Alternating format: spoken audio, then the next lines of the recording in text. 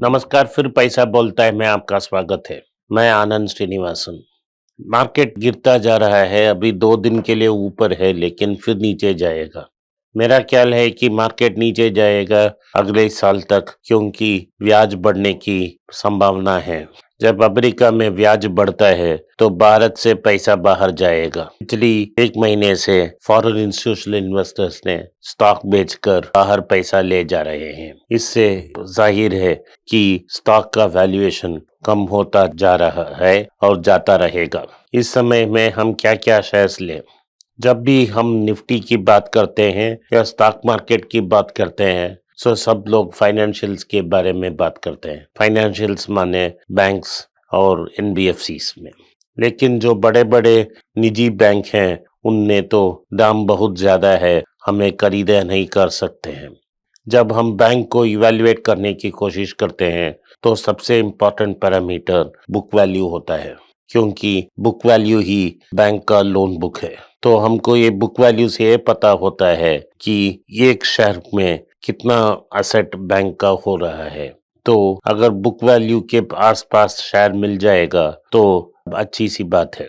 Public sector bank अगर आप SBI को छोड़ दें तो बुक वैल्यू के बहुत बड़े डिस्काउंट में आपको मिल जाएंगे, लेकिन हमको नहीं खरीदना चाहिए पब्लिक सेक्टर बैंक्स क्योंकि मार्केट ये संकेत दे रही है ये बुक वैल्यू जो बैंक्स का असेट्स लोन बुक होती है और वो कर्जा वापस नहीं आएगा, यही संकेत मार्केट दे रही है। जब मार्केट बुक वैल्यू से नीचे ट्रेड हो रही है तो हमको ये मानना चलना पड़ेगा कि मार्केट को कॉन्फिडेंस नहीं है कि ये बैंक अच्छा मैनेज करेगी अपना असेट्स को और जो कर्ज उन्होंने दिया उसको वापस लेके आएगी। अगर कर्ज वापस नहीं आया तो एनपीए बढ़ जाएगा और जब एनपीए बढ़ जाएगा तो बैंक डूब जाएगी, नहीं तो और पैसा डालना पड़ेगा। सभी एसबीआई को छोड़कर सभी पब्लिक सेक्टर बैंक का यही हाल है। ना तो गवर्नमेंट उसको बेचना चाहती है या बेच सकती है, ना तो उसके सरकार के पास इतना पैसा है कि वो लगातार पैसा डालते रहे इसमें। और सभी बैंकों में यही प्रॉब्लम है कि मैनेजमेंट करप्ट होती है और जो मैनेजमेंट ठीक है उनकी हाथ बांध दिया जाता है, उनको फ्रीडम नहीं है कि वो ऑपरेट करें। ऐसे सिचुएशन में हम किधर किधर निवेश करें? तो मेरा ख्याल है कि हम new generation private sector bank के पास नहीं जा सकते क्योंकि वैल्यूएशंस बहुत ज्यादा है। जब भी मार्केट नीचे गिरेगा तब भी वैल्यूएशंस बहुत ज्यादा होगा। तो आपको 2 चीज को ख्याल में रखना चाहिए कि हमको अच्छा वैल्यू मिलना चाहिए, डिविडेंड भी मिलना चाहिए, डिविडेंड यील्ड भी अच्छा होना चाहिए। इस कारण मैं normally old generation private sector banks को प्रेफर करता हूँ। आज old generation private sector banks में मैं फेडरल बैंक के बारे में बात करना चाहता हूँ। सभी ओल्ड जनरेशन बैंक्स में से फेडरल बैंक सबसे बहुत अग्रेसिव है। उसके पास एक नॉन बैंकिंग फाइनेंस कंपनी का सब्सिडरी भी है जिससे वो अपना बुक को बड़ा कर सकती है। ये फेडरल बैंक ने जब कोविड के टाइम में गोल्ड लोन्स में कंसंट्रेट करके अपने सेफ्टी की है। कोविड के बाद उन्होंने अपना रिकवरी मैकेनिज्म ट्रिगर करके बहुत सारे रिकवरी मेजर्स लिए हैं जिनसे उनके रिकवरी बहुत अच्छे हैं।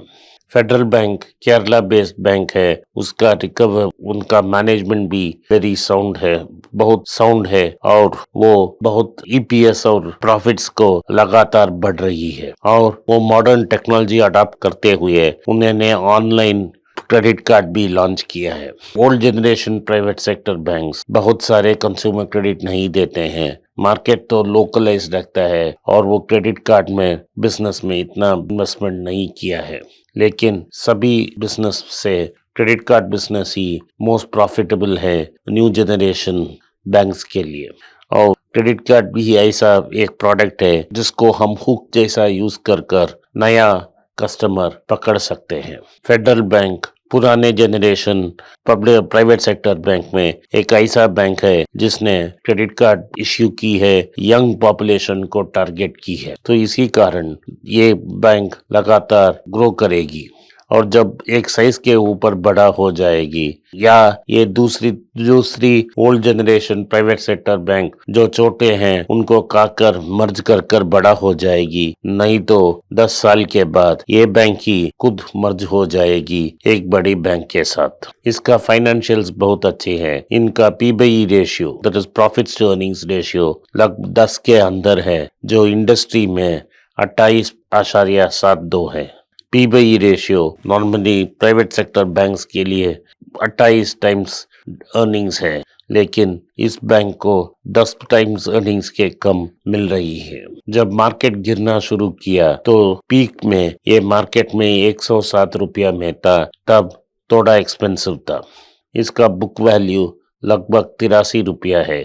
अब मार्केट में ये आज 80.5 रुपीस में मिल रही है, 80 रुपया 50 पैसा में मिल रही है, लगभग बुक वैल्यू की डिस्काउंट में। जब मार्केट में धीमी थी तो ये शेयर 56 रुपया तक नीचे गया था। तो ये शेयर आप जब मार्केट नीचे आएगी तो आप फेडरल बैंक पर नजर रखिए, और जब 75 रुपया के नीचे जाएगी इस शेयर को खरीदा जा सकता है। तो जब मार्केट नॉर्मलाइज हो जाएगा 3-4 साल में 130 रुपया तक जाएगा, तो अगर आप 75 रुपया के नीचे से इसे अक्यूमुलेट करें तो आपको 60 से लेकर 100% की रिटर्न मिल सकती है।